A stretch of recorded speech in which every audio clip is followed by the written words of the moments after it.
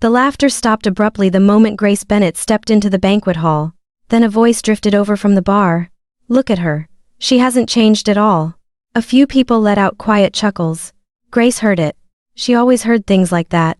12 years had passed since graduation, yet the feeling of being judged still lingered like an old shadow that had never truly gone away. Inside the luxurious hotel in downtown Chicago, former classmates gathered beneath warm golden lights. Expensive suits, perfectly tailored dresses, conversations about investments, real estate, and lavish vacations. Amid all that glamour, Grace stood out in a different way. A simple coat, worn shoes, a gentle smile that was not trying to impress anyone. She had been the same way back in school. Always at the top of her class. But no one remembered her grades. They remembered the modest lunches, the clothes she wore season after season, and the mother who worked late into the night to raise her daughter. Grace never had time for parties or school trips with friends. While others enjoyed their youth, she spent every spare hour after class earning extra money. Many people believed she would be trapped in that life forever. Just then, a familiar voice called out behind her, "Grace." She turned around. Ethan Walker was standing there. His smile was as sincere as it had been years ago. Perhaps he was one of the very few people who had treated her kindly when the rest of the school chose to look the other way. After exchanging a few pleasantries, Ethan looked at her with genuine curiosity. "So what do you do now?" Grace was silent for a few seconds. Not because she was ashamed, but because she knew her answer would not impress anyone in this room. At last, she smiled. "I run a support center for homeless women." Ethan looked surprised. Before he could ask another question, a burst of loud laughter echoed from the other side of the hall. Several heads immediately turned toward Grace.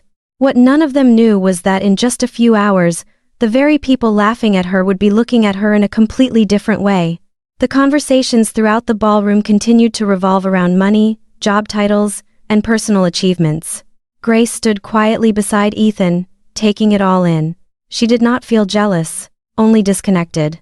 Across the room, Vanessa Moore remained the center of attention. She talked about the new house she had purchased, the investments that were generating impressive returns, the lifestyle that so many people in the room admired. Then suddenly, Vanessa's eyes landed on Grace. A smile appeared on her lips, sweet on the surface, but carrying a sharper meaning underneath. "Grace, I heard you're running some kind of charity organization." Several people immediately turned to look. Vanessa raised her wine glass. "So how much money does it make every year?" A few laughs rippled through the crowd. Some people lowered their heads to hide their smiles. Others watched Grace with open curiosity. Even Ethan frowned slightly. But Grace remained calm. "I don't think that's the most important thing." The answer made Vanessa laugh. At that exact moment, the lights in the ballroom dimmed. The host stepped onto the stage. The annual Illinois Community Excellence Awards ceremony was about to begin.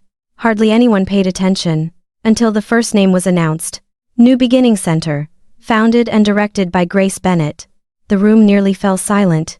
Vanessa slowly lowered her glass. The host continued reading.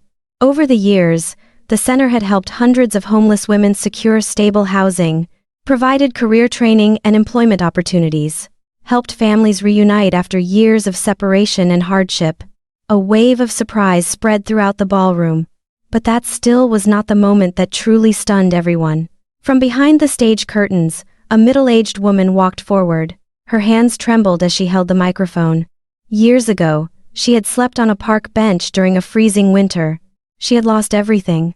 She had believed her life was over. Then she met Grace.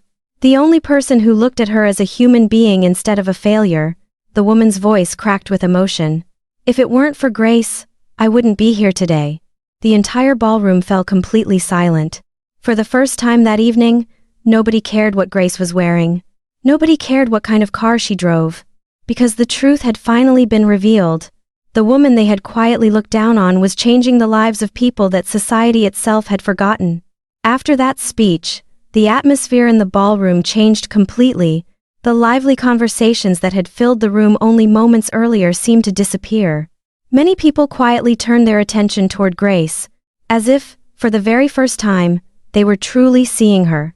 Vanessa stood frozen in place. At some point, her confident smile had vanished. She searched for something to say. something that could ease the awkwardness spreading around her. But no words seemed appropriate anymore.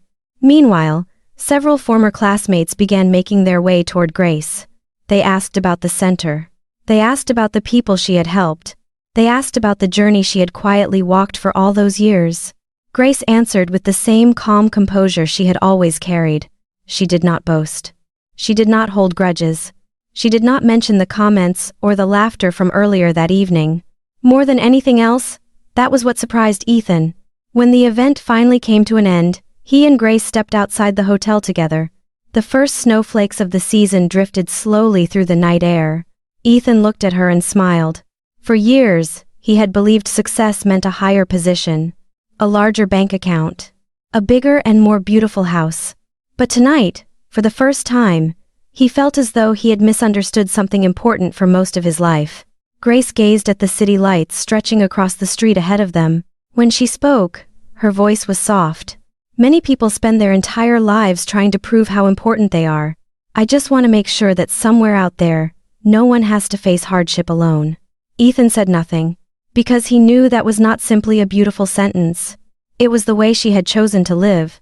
A few minutes later, Grace climbed into her old car and drove away. There was no applause. No crowd gathered to see her off. Yet this time, everyone who remained inside the hotel understood one thing: money can earn admiration. Status can attract attention. But kindness is what leaves a lasting mark.